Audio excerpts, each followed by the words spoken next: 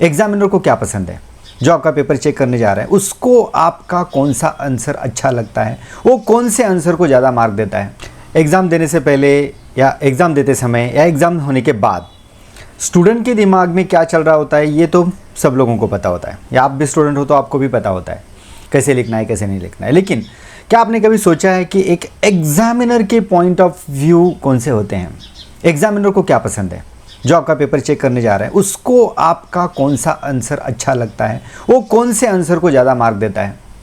चलो आज मैं आप लोगों के सामने 7 ऐसे सीक्रेट ओपन करने जा रहा हूँ जो हर एक एग्जामिनर पेपर चेक करते समय यूज़ करता है। So secrets of an examiner while checking answer papers, professor advice. So hello dear students, आज का वीडियो बहुत इंटरेस्टिंग होने वाला है क्योंकि आज हम बात करने वाले एक ऐसे टॉपिक पर जिसके बारे में स्टूडेंट्स बहुत ज़्यादा क्यूरियस रहते हैं। They are curious about the mood of examiner और how they will check my paper and etcetera etcetera. Okay, तो बहुत स्टूडेंट्स सोचते रहते हैं कि एग्जामिनर हमारे आंसर पेपर कैसे चेक करते हैं, क्या एग्जामिनर हर आंसर का वर्ड बाय वर्ड पढ़ते हैं। बराबर है ना, ये तो सबके दिमाग में आता है कि मैंने कुछ भी लिखा। बहुत सारे स्टूडेंट तो आकर मुझे बोलते कि सर मैंने बीच में गाना लिखा था, ये लिखा था, वो लिखा था। क्या आपको सच में लगता है कि एग्जामिनर इतना निगलेक्ट कर सकता है उस आंसर को? नहीं, कभी नहीं। ऐसी गलती मत करो। अगर आपने कुछ भी लिखा, इररिलेवेंट कुछ भी लिखा, तो डेफिनेटली उसका सारा इम्पैक्ट आपके पूरे पेपर पे होता है। डेफिनेटली आप लोगों का रिजल्ट फेल आता है। ओके, तो बहुत सारे स्टूडेंट ऐसे सोचते हैं एग्जामिनर हमारे आंसर पेपर कैसे चेक करते होंगे, एग्जामिनर क्या लाइन बाय लाइन पूरा आंसर पढ़ते हैं, मार्क्स एक्चुअली कैसे दिए जाते हैं। सो एज अ प्रोफेसर मुझे कई बार यूनिवर्सिटी आंसर पेपर चेक करने का अपॉर्चुनिटी मिला है और आंसर पेपर चेक करते समय मुझे कई इंटरेस्टिंग ऑब्जर्वेशंस देखने को मिले। इसके लिए आज के इस वीडियो में मैं आपके साथ शेयर करने वाला हूँ कुछ important secrets of an examiner while checking answer papers. And if the students will understand this secret, तो definitely they can have the much more effective answers और आप लोग अच्छी तरीके से भी लिख सकते हो अगर आपने ये 7 सीक्रेट को अच्छी तरह से समझ लिया तो। सीक्रेट नंबर 1, एग्जामिनर पहले आंसर शीट को जल्दी से स्कैन करता है। बहुत स्टूडेंट्स सोचते रहते हैं कि एग्जामिनर आंसर शीट खोलते ही हर लाइन को ध्यान से पढ़ना शुरू कर देता है, लेकिन प्रैक्टिकल रियलिटी थोड़ी डिफरेंट होती है। जब एग्जामिनर आंसर शीट चेक करता है तो वो पहले पूरी आंसर शीट को क्विकली स्कैन करता है। इस क्विक स्कैन में एग्जामिनर देखता है कि प्रेजेंटेशन कैसी है, हैंड राइटिंग रीडेबल है या नहीं, आंसर्स प्रॉपरली ऑर्गेनाइज्ड है या नहीं, हेडिंग्स और स्ट्रक्चर क्लियर है या नहीं, और सबसे इंपॉर्टेंट बात, आंसर रिलेवेंट है या नहीं। यानी कि स्कैनिंग तो इतनी परफेक्ट होती है हमारी कि आपने अगर पूरा आंसर बहुत ही प्रॉपर ग्रामर से लिखा है, स्पेलिंग मिस्टेक एक भी नहीं है, हैंड राइटिंग अच्छी है, लेकिन अगर उसमें एक भी वर्ड आपने इररिलेवेंट डाल दिया कि उस आंसर से उसका कोई भी संबंध ना हो, तो डेफिनेटली हमारी जो आंख है उसे पहचान जाती है और वो इररिलेवेंट एक शब्द की वजह से आपके पूरे मार्क्स भी जा सकते हैं। सो इस फर्स्ट इंप्रेशन से एग्जामिनर को एक आइडिया मिल जाता है कि आंसर शीट वेल ऑर्गेनाइज्ड है या नहीं है। इसलिए प्रेजेंटेशन का इंपॉर्टेंस बहुत ज़्यादा है। आपको क्या करना है, आंसर रिलेवेंट लिखना है, अच्छे से लिखना है, हेडिंग स्ट्रक्चर क्लियर करना है और प्रॉपरली ऑर्गेनाइज करके आप लोगों को आंसर लिखना है। सीक्रेट नंबर 2, एग्जामिनर कीवर्ड्स खोजता है। मैंने अभी आप लोगों को सीक्रेट नंबर 1 में बताया था कि हम लोग पूरा पेपर स्कैन करते हैं, आंसर क्या स्कैन करते हैं और उसमें अगर इररिलेवेंट एक भी वर्ड मिलता है तो हम आपके मार्क्स काट देते हैं। तो दूसरा सीक्रेट है हमारा, एग्जामिनर कीवर्ड्स खोजता है। जब एग्जामिनर आंसर चेक करता है तो वह हर वर्ड को डिटेल में पढ़ने के बजाय इंपॉर्टेंट कीवर्ड्स पर ध्यान देता है। एग्जाम्पल के लिए अगर क्वेश्चन है व्हाट इज़ कम्युनिकेशन, तो एग्जामिनर आंसर में कुछ इंपॉर्टेंट वर्ड्स एक्सपेक्ट करता है। अगर आपने व्हाट इज़ कम्युनिकेशन पूछा तो कौन सी कीवर्ड आनी चाहिए, sender, message, medium, feedback, channel of communication, positive feedback, encoding process, decoding process, इस तरीके के वर्ड वो एक्सपेक्ट करता है। बराबर है। व्हाट इज़ कम्युनिकेशन में अगर आपने लिखा कि दो इंसान एक दूसरे से बात, when the 2 persons are talking with each other on mobile phone, that is communication, that answer is not sufficient and that answer is not relevant okay as per the subject of communication skill. तो आपको क्या करना है कि कोई भी question का answer relevant तरीके से लिखना है और उसमें कीवर्ड्स डालने हैं, उस क्वेश्चन से रिलेटेड और उस क्वेश्चन के ही रिलेटेड जो जितने भी कीवर्ड है आप लोगों को उसमें इंटर करने हैं। अगर स्टूडेंट के आंसर में ये रिलेवेंट कीवर्ड्स मौजूद है तो एग्जामिनर तुरंत समझ जाता है स्टूडेंट को कंसेप्ट का आइडिया है। इसलिए आंसर लिखते समय इंपॉर्टेंट टर्म्स और कंसेप्ट क्लियरली मेंशन करना बहुत ज़रूरी होता है। Secret number 3, point wise answers examiner को पसंद आते हैं। कई बार मैंने पेपर देखे, बहुत सारे स्टूडेंट इतना टेंशन लेकर बैठ जाते हैं लेकिन वो इतनी सिली मिस्टेक करते हैं। मैं आगे आने वाला एक वीडियो बनाने वाला हूँ उसके ऊपर, सिली मिस्टेक के ऊपर, कि उन्होंने क्या किया कि पहले लाइन पे जो उन्होंने एक सेंटेंस स्टार्ट किया है वो लास्ट में आकर उन्होंने फुल स्टॉप दिया। बीच में ना कॉमा है, ना फुल स्टॉप है, ना सेमी कॉलम है, कुछ नहीं। यानी कि एक सेंटेंस एक पेज का होता है आपका, ओके। तो उसमें कोई पॉइंट नहीं होते, कुछ नहीं होता है। तो ऐसे आंसर एग्जामिनर को पसंद नहीं आते। तो आपको क्या करना है, ओके, तीसरी सीक्रेट की बात कर रहे हैं हम लोग।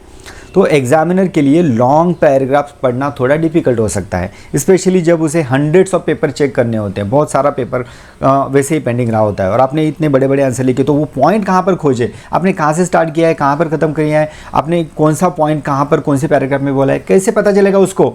इसके लिए आपको क्या करना है, पॉइंट वाइज आंसर लिखना है। अगर आंसर रिटन हो तो पॉइंट वाइज शॉर्ट पैराग्राफ में क्लियर हेडिंग के साथ होना चाहिए। तो answer sheet much easier to read and evaluate only when you are going to write your answer with the proper points. इसलिए स्टूडेंट को कोशिश करनी चाहिए कि आंसर को स्ट्रक्चर्ड तरीके से लिखे, ऑर्गेनाइज तरीके से लिखे, ओके। सीक्रेट नंबर 4, आपकी जो हैंड राइटिंग है ना, hand writing should be readable.